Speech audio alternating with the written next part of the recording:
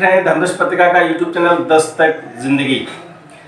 अब मैं आपको जनपद मैनपुरी में जो हमारी शख्सियत है, मैनपुरी का जो इतिहास है, मैनपुरी के जो व्यक्तित्व हैं, मैनपुरी का कृतित्व है, और मैं आपको बहुत खुल के बता दूं कि ये उत्तर प्रदेश का जो जनपद मैनपुरी है कई क्षेत्रों में बहुत महत्वपूर्ण रहा है। आध्यात्मिक ले लो चाहे राजनीतिक ले लो, बहुत अलग विषय है। तो मैं आज शुरुआत करता हूँ जनपद के, बल्कि मैं तो ये कहूँगा जनपद ही नहीं, हमारे जनपद से है, ये हमारा गौरव है। लेकिन विश्व पटल पर आध्यात्मिक यात्रा के एक सहयात्री, या मैं ये कहूँ कि आज भगवान राम का जो मंदिर बन रहा है उसका नेतृत्व किसी सरकार को नहीं दे रहा हूं, मैं प्रधानमंत्री को नहीं दे रहा हूं, संत जनों को दे रहा हूं, क्योंकि उसमें मैं एक संत हैं। तो संतों का ये एक ऐतिहासिक पल है जो हमारे यहाँ एक तरह से घट रहा है, और जिसके गवाह आपको मालूम है कि जब राम मंदिर का शिलान्यास हुआ तो उसमें पूरे देश से प्रतिनिधि चुने गए, और उनमें से एक महामंडलेश्वर, बहुत सारी उपाधि हो सकती हैं, और मैं एक बात कह दूं कि वो संत हैं और हमारे सबके आदर्श हैं, श्री हरिहरानंद सरस्वती महाराज जी। तो आपका स्वागत है साहब दस्तक जिंदगी में, और मेरा अहोभाग्य है कि मैं आपसे कुछ जानकारी, एक इंटरव्यू खास नहीं है लेकिन कुछ जानकारी स्वरूप मैं आपसे आज बातचीत करूंगा। तो महाराज जी, सबसे पहले मैं आपको प्रणाम करता हूं दस्तक जिंदगी की तरफ से, और जानना ये चाहता हूं कि राम मंदिर जहाँ शिलान्यास हुआ, जहाँ तक मीडिया की पहुंच थी, वहाँ तक हम सब ने अपने टीवी चैनल के माध्यम से देखा। आप उन व्यक्तियों में शामिल रहे हैं जहाँ अंदर जो एक तरह से कहो वास्तविक शिलान्यास हुआ वहाँ मौजूद रहे। तो देश के या पूरा ये कहूँ विश्व के प्रतिनिधि के रूप में आप हमारे बीच हैं, तो कोई ऐसी बात बताएं कि वहाँ राम मंदिर से जिसे हम लोग जुड़े। मैं भी अपना परम सौभाग्य मानता हूँ कि श्री राम जन्मभूमि के भूमि पूजन में मुझे आहूत किया गया राम जन्मभूमि ट्रस्ट की तरफ से, और निश्चित रूप से हमारे क्षेत्र का भी सौभाग्य है, जिस क्षेत्र का मैं प्रतिनिधित्व करता हूँ, जिस क्षेत्र में रहता हूँ। मैं गया तो श्री अवध में जाने के बाद जब उस कार्यक्रम में सम्मिलित हुआ तो मुझे लगा कि मैं कलयुग में नहीं हूँ। ऐसी अनुभूति हुई जब मैं श्री अवध की सड़कों से निकल रहा था, तो मुझे लग रहा था कि निश्चित रूप से एक विशेष युग का, हमने एक विशेष युग में प्रवेश किया है। श्री अवध की जो छटा थी वो देखते ही बन रही थी। श्री राम जन्मभूमि के भूमि पूजन में जब मैं सम्मिलित हुआ, और विशेषकर मैं निवेदन करूं, हम लोगों ने कभी नहीं सोचा था कि हमारे जीवन काल में ये अवसर हमको प्राप्त होगा। ऐसा अभूतपूर्व एक अवसर हमें प्राप्त हुआ तो हम लोग निश्चित रूप से अभिभूत थे। और जब मैं सबसे सुनहरा पल उस क्षण को मानता हूं जब मोदी जी रामलला के श्री चरणों में आकर के प्रणिपात करते हैं, और प्रणिपात के साथ साथ वो प्रणिपात इसलिए नहीं कि प्रधानमंत्री ने किया था, जब वो साष्टांग दंडवत करते हैं, जैसे ही दंडवत की तो मेरे सहित मुझे लगता है जितने भी महात्मा थे, सभी महात्मा एकदम हर्ष में इतने विभोर हो गए कि प्रेमाश्रु छलक आए, और कई महात्मा तो बड़े फूट कर रोने लगे। माने हर्ष इतना अंदर भर गया, क्योंकि मुझे लगता है 492 वर्ष हुए श्री राम जन्मभूमि के मंदिर को, मूल मंदिर को तोड़े हुए। जो मीर बाकी ने मंदिर तोड़ा था तब से लेके आज तक मुझे नहीं मालूम, पूरा इतिहास मुझे मालूम है, मैं ये नहीं कह रहा हूँ, लेकिन मुझे लगता है कि शायद कोई प्रधानमंत्री पहली बार भगवान रामलला के दर्शन के लिए गया। तो ऐसा देखकर, अपने एक महामना प्रधानमंत्री को प्रणिपात करते देखकर सनातन आत्मविभोर हो गया। पूरा सनातन धर्म ही गौरवान्वित हो गया कि हमारा आज एक लाडला पुत्र राम जन्मभूमि के मंदिर के निर्माण के लिए आगे बढ़ा है। आप तो शरीर वहां पर उपस्थित थे, लेकिन देवराहा बाबा एक अभियुक्त के रूप में वहां पर थे, और वो सूक्ष्म रूप चुके हैं, तो उनकी आत्मा क्या कह रही है ऐसे अवसर पर? परम पूज्य देवराहा बाबा तो बड़े अधिकारी संत रहे और हमारी परंपरा में हम लोग उनको सिद्ध कोटि के संत मानते हैं।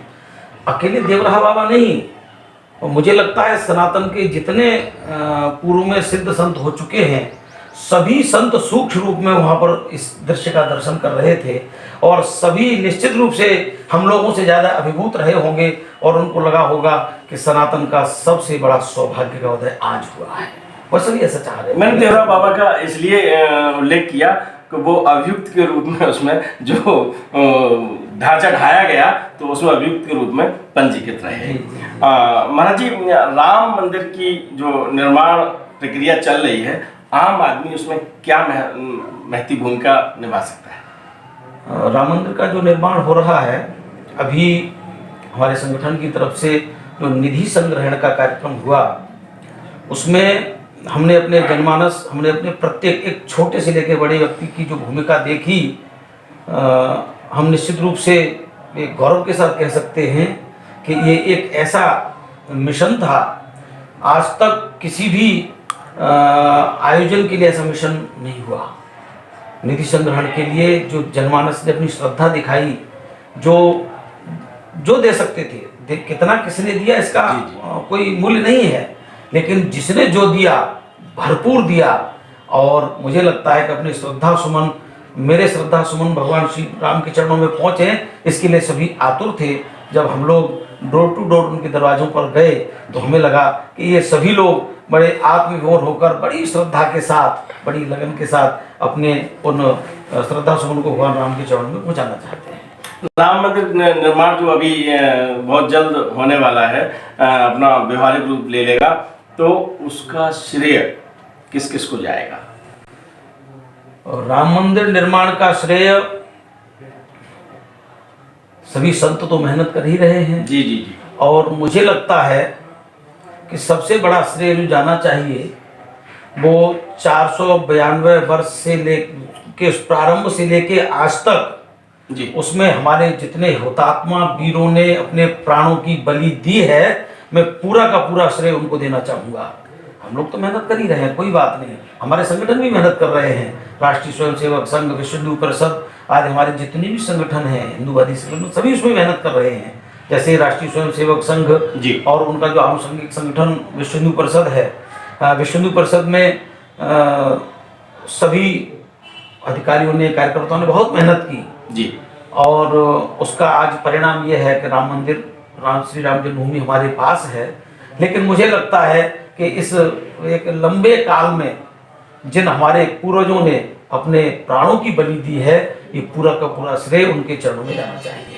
ये ठीक है सर। विश्व हिंदू परिषद हो गया, आरएसएस हो गया, और एक तरह से मैं ये कहूँ कि बीजेपी हो गई, इसके साथ भी जो नेपथ्य में पड़े हैं, जिनकी कोई भूमिका दृष्टिगत नहीं आ रही है, ऐसे लोग भी होंगे?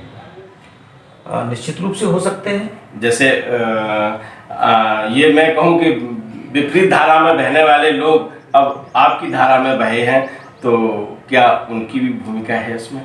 विपरीत धारा में बहे हुए लोग हमारी धारा में आ रहे हैं, तो वो मौका परस्ती भी हो सकती है, उनकी श्रद्धा भी हो सकती है। इस विषय में मैं ज्यादा डीप में जाना नहीं चाहूंगा, लेकिन वो मौका परस्ती भी हो सकती है। मौका परस्ती, लेकिन हमारे यहाँ तो अनख आलसहु कहा है जी, माने नाम जपत मंगल दिसे दसहु, इनके प्रकारेण भगवान के चरणों में जीव आता है तो उसको स्वागत है आना चाहिए, कल्याण हो जाता है, कल्याण हो जाता है। महाराज जी, राम मंदिर के बाद मैं पूछना चाहूँगा कि संत की सरकार चल रही है, चाहे देश हो और चाहे प्रदेश हो। दिल्ली में भी संत मोदी जी ने भी अपनी तपस्या की है, और यहाँ योगी जी तो सीधे सीधे अपने आश्रम से सीधे आए हैं, तो ही संत हैं। तो एक गौ समाज, गौ पूजा, गौ पालन, ये ऐसी चीजें हैं। गौ पूजा चलती रही है, गौ पालन आज पहले भी हो रहा था, आज भी हो रहा है, लेकिन आज जो गौ वंश है वो पीड़ादायक स्थिति में है। नहीं, मैं आपकी इस बात का निषेध करना चाहूँगा। इससे पूर्व में जो सरकारें थीं जी, गौ माता को उस समय में बहुत ज़्यादा कष्ट था। आज तो योगी जी ने सरकारी गौशालाएं गांव-गांव में खुलवाने का संकल्प लिया है। जी। और मुझे ऐसा लगता है ब्लॉक स्तर पर तो सरकारी गौशालाएं खुल गई हैं। जी। और योगी जी का ये आदेश है, उत्तर प्रदेश शासन का ये आदेश है कि कहीं भी सड़कों पर गौ माता न घूमे, वह सब गौ माताएं गौशाला में हों। और जैसे हम लोग जो व्यक्तिगत गौशालाएं चला रहे हैं, किसी एनजीओ के माध्यम से, ट्रस्ट के माध्यम से, सोसाइटी के माध्यम से, जैसे कि हमारी भी एक गौशाला है जिसमें लगभग 300 गौ माताओं की सेवा हो रही है। आपने हमारी गौशाला के दर्शन किए हैं? जी जी देखे।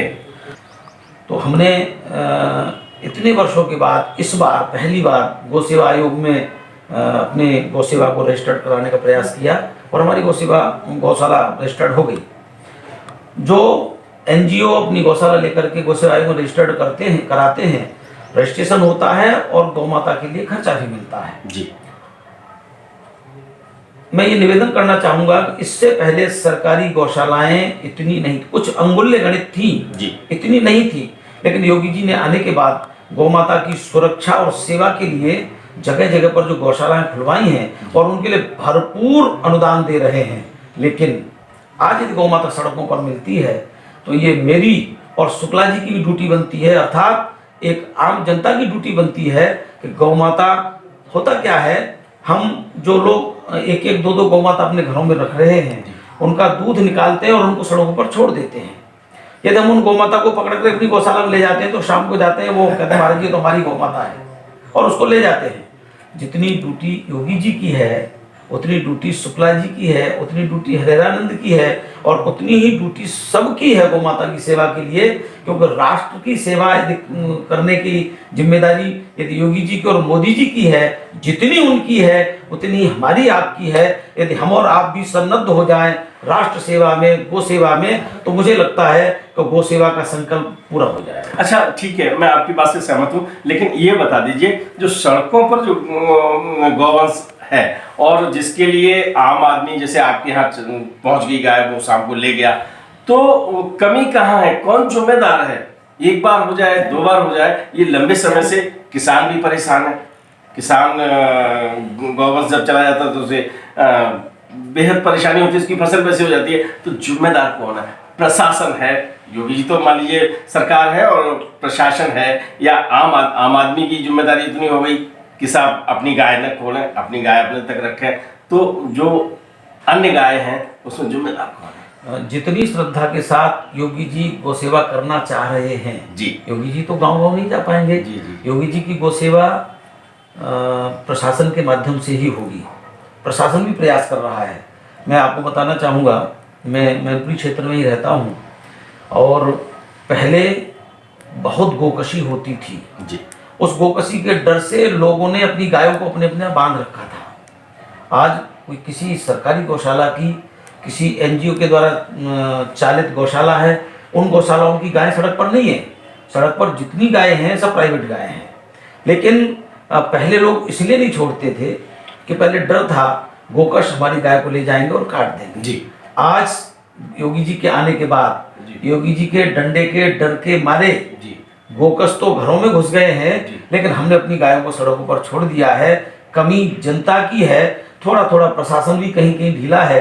यदि प्रशासन भी योगी जी के संकल्प को पूरा करने के लिए पूर्ण मनोयोग के साथ, जो संकल्प योगी जी का है वह संकल्प पूरा का उतरे, पूरा संकल्प उतारने के लिए प्रशासन भी पूर्ण मुस्तैदी के साथ लग जाए और जनता जागरूक हो जाए, तो मुझे लगता है निश्चित रूप से गौ सेवा पूरी हो सकेगी, इस समस्या का समाधान हो जाएगा। तो महाराज जी, गौ सेवा के संबंध में यही अंतिम प्रश्न कि जो प्रशासन ढीला है कैसे कसेगा? प्रशासन से हम लोग निवेदन कर रहे हैं, योगी जी भी अपने तरफ से पूरा प्रयास कर रहे हैं और प्रशासन भी लगा है। प्रशासन पूरा ढीला है मैं ये नहीं कहना चाहूँगा, जी। लेकिन मैं ये कहना चाहूँगा कि जिस संकल्प के साथ योगी जी गौ सेवा करना चाह रहे हैं उतना प्रशासन साथ नहीं दे रहा। यदि प्रशासन उसी संकल्प के साथ दे तो गौ माता की पूर्ण सेवा होगी। और मुझे लगता है कि जनता इसमें ज़्यादा दोषी है जी, हम लोग ज़्यादा दोषी हैं। हम लोगों को चाहिए कि गौ माता किनकी है एक दिन CBO साहब आए थे जी। और मैंने उनसे कहा कि कुछ गौ माता घूमती रहती हैं, जी। तो उन्होंने मेरे से कहा कि महाराज जी, हमको गौ माता दिखाई देंगी तो हम उठा करके सरकारी गौशाला में आपके यहाँ भेज देंगे, और आपको यदि दिखाई देती हैं तो आप अपनी गाड़ी में भर के गौशाला में ले जाइए। तो मैंने उनसे कहा कुछ लोग ऐसे लड़ने के लिए आ जाते हैं, जी। तो उन्होंने कहा कि ऐसे लोग हों तो आप मुझे बताइए, मैं उनके नाम FIR दर्ज कराऊंगा। तो प्रशासन प्रयास कर रहा है और मुझे लगता है इतना प्रयास भी चलता रहेगा तो हम लोग 1-2 वर्षों में पूर्ण रूप से गौ सेवा करने में सफल होंगे। मतलब लग रहा है कि जो समस्याएं रह गई हैं वो अंत के करीब है। जी, उनका समाधान होगा। महाराज जी, मैं तीसरे बिंदु की तरफ आ रहा हूँ। जनपद मैनपुरी, मैन ऋषि हुए हैं, च्यवन ऋषि हुए हैं, एकरसानंद जी हुए हैं, मतलब एक संत परंपरा में लंबी श्रृंखला है और जिसके पथ पर आप हैं, ये संत परंपरा आध्यात्मिक क्षेत्र में होते हुए भी आध्यात्मिक प्रकाश उतना क्यों नहीं फैल पा रहा है मैनपुरी में? देखो भैया, आप यहीं रह रहे हैं, इसीलिए हो सकता है वह प्रकाश आपको, हम किसी प्रकाश में रहते रहें तो हमें नहीं लगता उस कक्ष में उतना प्रकाश है जी। बाहर से आने वाले को प्रकाश ज़्यादा दिखाई देता है। जैसा मैं निवेदन करूं, एक समय वो था कि हमारा भारत सांप और छछूंदरों का देश कहलाता था जी। आज भारत की स्थिति बाहर कैसी है मेरे से ज़्यादा आप जानते हैं। ठीक उसी तरह मैं मैनपुरी के लिए निवेदन करूं कि मैनपुरी, एटा, इटावा, हमारे इन 3-4 जनपदों के लोग यदि कहीं अपने भारत में ही दूर देश में जाते थे, कहीं बाहर जाते थे, तो होटल और धर्मशालाओं में स्थान नहीं मिलता था। शुक्ला जी, ये व्यक्ति मैनपुरी से आया है, ये व्यक्ति एटा से आया है, इटावा से आया है। इस क्षेत्र का ऐसा नाम था, कैसा था ये मैं अपनी वाणी से नहीं कहना चाहूँगा, लेकिन मैं इतना जरूर कहना चाहूँगा कि होटलों में और धर्मशालाओं में जगह नहीं मिलती थी। लेकिन आज हमारे क्षेत्र ने भी विकास किया है। हाँ, आपकी बात से मैं सहमत हूँ कि प्रकाश जिस स्तर पर दिखना चाहिए उस स्तर पर नहीं दिख रहा है, तो इसके लिए किन्हीं बिंदुओं पर हम लोग भी दोषी हैं। हम लोग थोड़ा प्रयास नहीं कर रहे हैं। हम प्रयास करेंगे कि मैनपुरी का नाम बढ़िया से क्षितिज पर दिखाई दे, और जो मैनपुरी के जो पुरोधा हुए हैं, महामानव हुए हैं, जो सिद्ध जन हुए हैं, उन्होंने मैनपुरी का जैसा नाम किया है उसी रूप में हम अपने भारत में मैनपुरी का नाम अंकित कराएं। इसके लिए हम और आप संयुक्त रूप से प्रयास करें। नहीं, आप बहुत अच्छा नेतृत्व कर रहे हैं और ये तो पहले ही बताया कि राम मंदिर में अगर मैनपुरी से आपको बुलाया जाता है तो आध्यात्मिक रूप से हम मजबूत हैं मैनपुरी के नाम से। मेरा अभिप्राय है कि आध्यात्मिक ऊर्जा है हमारे पास, आध्यात्मिक पुंज के रूप में आप हमारे बीच में बैठे हैं, और आध्यात्मिक प्रकाश भी मैं मानता हूं जो आपने बताया, लेकिन जो विकास की किरण है वो उस तरह से नहीं है। मैं आपको याद दिलवा दूं, यहाँ मैनपुरी जनपद में प्रधानमंत्री स्तर पर घोषणा की गई कि चीनी मिल होगा यहाँ पर, या बहुत सारी योजना। ये तो कृषि फील्ड में मैं स्वयं पत्रकार के रूप में वहाँ बैठा था और प्रधानमंत्री ने घोषणा की थी। यहाँ से रक्षा मंत्री मुलायम सिंह हुए, बहुत साहित्य के क्षेत्र में कमलेश्वर जी हुए, बहुत सारे नाम हैं जिनको अगर हम ले लें और उनका अगर हम देखें व्यक्तित्व विकास तो एक व्यक्तिगत रूप से हुआ, लेकिन मैनपुरी का जो विकास होना चाहिए, युवाओं को जो रोजगार मिलना चाहिए, वो नहीं मिल पा रहा है। हमारे यहाँ कैबिनेट मिनिस्टर भी हैं, हमारे यहाँ पहले ही सरकार रही उसमें भी मंत्री रहे, तो क्या कारण है कि मैनपुरी का युवा आज भी बेरोजगार है और विकास नहीं देख पा रहा है? इसके पूर्व में जो घोषणाएं हुई, चूंकि राजनीति में मेरी ज़्यादा दखलंदाजी नहीं है, इसलिए घोषणाएं हुई और वह नहीं हो पाया। क्यों नहीं हो पाया इसके डीप में मैं नहीं जाना चाहूँगा, लेकिन मैं इतना ज़रूर कहना चाहूँगा कि आज जो लोग राजनीति में बैठे हैं, शासन स्तर पर आज जो लोग बैठे हैं, वह भरपूर प्रयास कर रहे हैं और निश्चित रूप से वह ईमानदार लोग हैं और वो जो कहेंगे वो करेंगे और उनको करना भी चाहिए, क्योंकि मुख्यमंत्री के रूप में एक विरक्त सन्यासी बैठा है और विरक्त सन्यासी अपने लिए कुछ नहीं करता, उसका जो कुछ है सब राष्ट्र के लिए है। विलम्ब जरूर हो रहा है, लेकिन मैनपुरी का भी विकास होगा और आप लोगों की जो जो अपेक्षाएं हैं, हम लोग भी अपने स्तर से इन बातों को पहुंचाने का प्रयास करेंगे मैनपुरी का समुचित विकास हो, मैनपुरी के स्तर से हो, इसके लिए पूरा प्रयास किया जाए। मैं आपके आश्वासन से सहमत भी हूं और दर्शक भी सहमत होंगे, लेकिन एक अंतिम प्रश्न मैं आपसे पूछना चाहता हूं आज के साक्षात्कार का कि जैसे योजनाएं बनती हैं, बहुत पैसा खर्च हो जाता है, बेवर में पर्यटक केंद्र है, बना, कागजों में चला और बंद हो गया, जबकि व्यवहारिक स्थिति में उसकी बिल्डिंग बनी और आज तक वहां कभी काम नहीं हुआ। या हॉस्पिटल की बहुत बड़ी बिल्डिंग बनी हुई है, उसके बावजूद उसका सदुपयोग नहीं हो रहा है, और बजट हुआ, थोड़ा दिखाया गया, आप समझ रहे होंगे मेरा इशारा भ्रष्टाचार की तरफ है। और आज जो व्यवस्थाएं चल रही हैं, आम जगह ऐसी स्थिति हो गई है कि जो भ्रष्ट व्यवस्था थी उस पर अंकुश लगना चाहिए था, जहां तक हमारे संत जनों के द्वारा जो सरकारें चलाई जा रही हैं, लेकिन व्यवहारिक पटल पर वो अंकुश दिखाई नहीं। जो पूर्व की व्यवस्थाएं रहती हैं, इतना बड़ा समाज है, इतना बड़ा उत्तर प्रदेश है, इतना बड़ा भारत है, आपको ध्यान होगा पहले हमारे कैबिनेट में बैठे हुए मंत्री लोग तमाम भ्रष्टाचारों में लिप्त हुए और मंत्री पद पर रहते हुए उनको जेल के अंदर जाना पड़ा। जी। जब से ये वर्तमान में बैठे हुए लोग हैं जो आए हैं, तब से मैं आपसे प्रश्न करना चाहूँगा कि आपने शायद ऐसा नहीं सुना होगा कि कोई मंत्री या उनके स्तर का कोई भी व्यक्ति भ्रष्टाचार में पाया गया हो। नीचे का जो भ्रष्टाचार जो आप इशारा कर रहे हैं, या समाज में कोई भ्रष्टाचार है तो उसके परिवर्तन में समय तो लगता है। हम पूर्व की व्यवस्थाओं को कोई जादू की छड़ी नहीं है कि घुमाई और दूर हो गई। मुझे लगता है कि धीरे धीरे सब कुछ ठीक होगा, और मैं किसी की वकालत नहीं कर रहा हूँ। जी जी जी। लेकिन मैं बेबाकी से ये कहना चाह रहा हूँ कि जो लोग बैठे हैं वो ईमानदार हैं और उनका जीवन एकदम स्वच्छ और पवित्र है।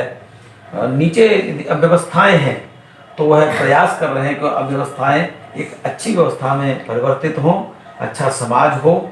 हमें उनका साथ देना चाहिए।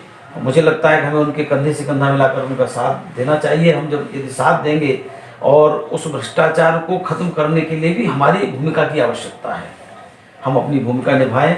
और मुझे लगता है विशेष करके आप लोगों की भूमिका ज़्यादा चाहिए। पत्रकारिता एक खुली किताब है। आप लोग उस भ्रष्टाचार को उजागर करें, हमको बताएं, हम भी ऊपर तक ये बात पहुंचाएं। हमें लगता है कि हम और आप मिलकर काम करेंगे तो भ्रष्टाचार से मुक्ति मिलेगी।